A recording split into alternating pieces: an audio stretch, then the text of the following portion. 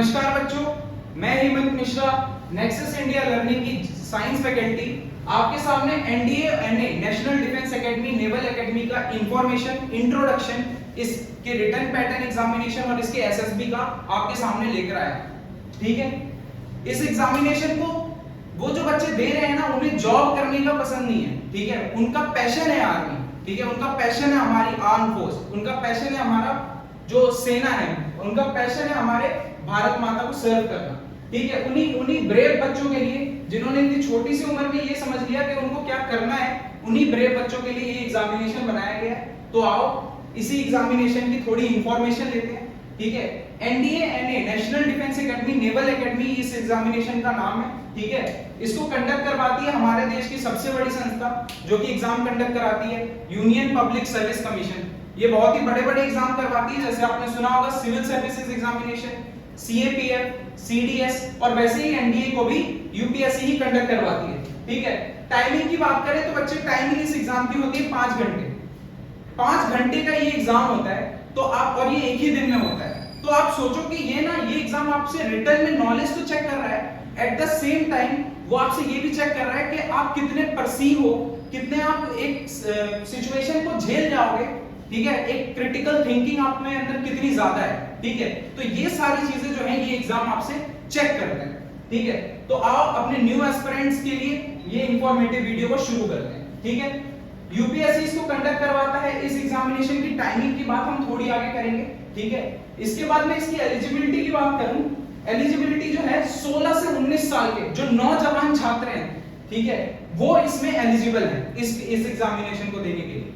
ठीक है, ऐसे ही आपको पता है कि आर्मी डिमांड करती है जितने नए बच्चे हो सके, जितने नौजवान खून हो सके, वो आर्मी डिमांड करती है, वो एयरफोर्स डिमांड करती है। हमारी सेना को चाहिए नया यूथ चाहिए इंडिया का। ठीक है, तो इसीलिए इसकी एज 16 से 19 वर्ष रखी गई है। आर्मी में जाने के लिए आपको 12th में अपीयरिंग होना चाहिए या फिर 12th पास किया होना चाहिए किसी भी स्ट्रीम से। आपको कोई फिजिक्स केमिस्ट्री की जरूरत नहीं है।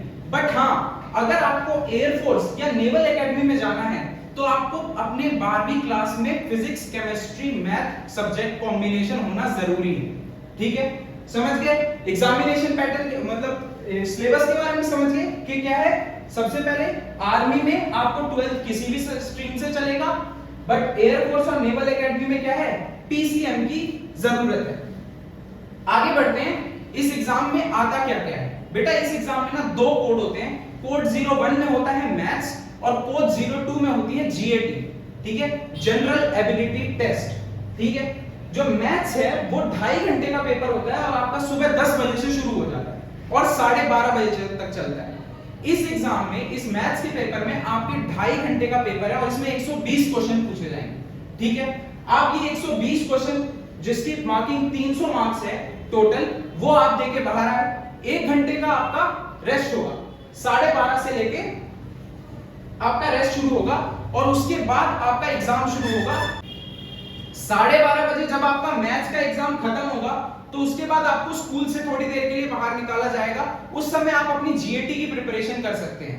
फिर उसके बाद आपका एग्जाम शुरू होगा 2 बजे से लेके 4:30 बजे तक। 2 बजे से लेके 4:30 बजे तक आपका जीएटी का एग्जाम चलेगा। जीएटी का एग्जाम जो है 600 मार्क्स का होगा और वो 2 पार्ट में डिवाइडेड होगा, इंग्लिश और जनरल नॉलेज। इंग्लिश में आपके आएंगे 50 क्वेश्चन और जनरल नॉलेज में आपके आएंगे 100 क्वेश्चन। तो टोटल 150 क्वेश्चन का जो है ये आपका जीएटी होगा।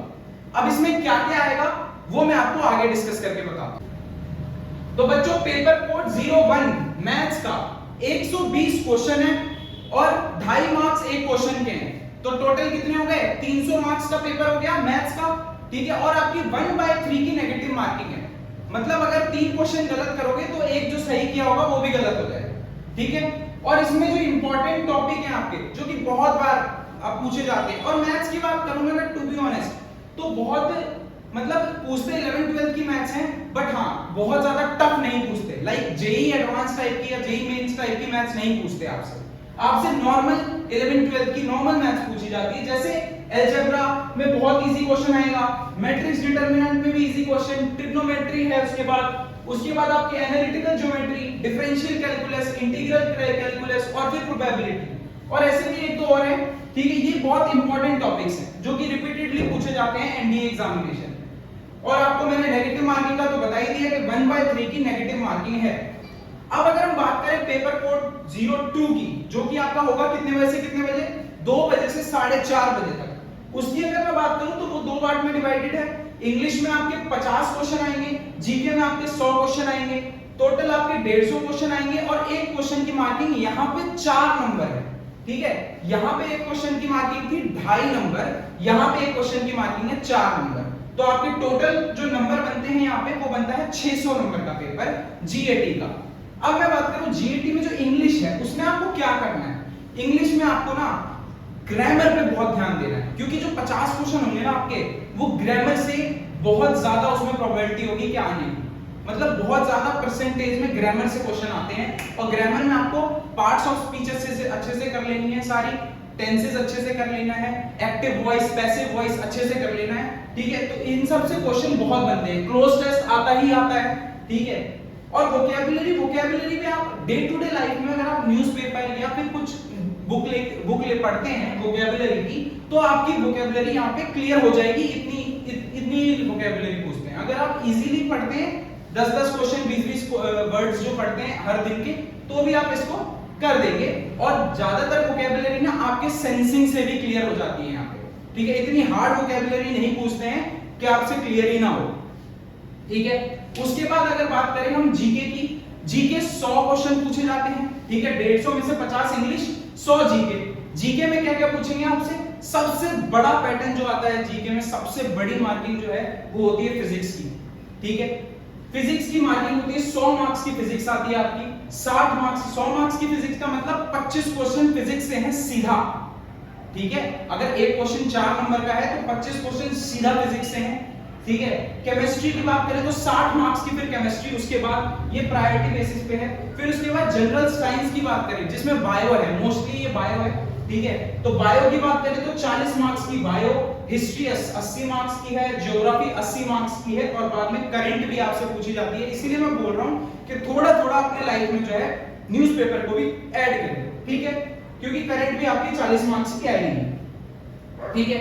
अब मैं इस पेपर की जनरल बात करूं तो ये टोटल पेपर आपका होगा 900 मार्क्स का, ठीक है।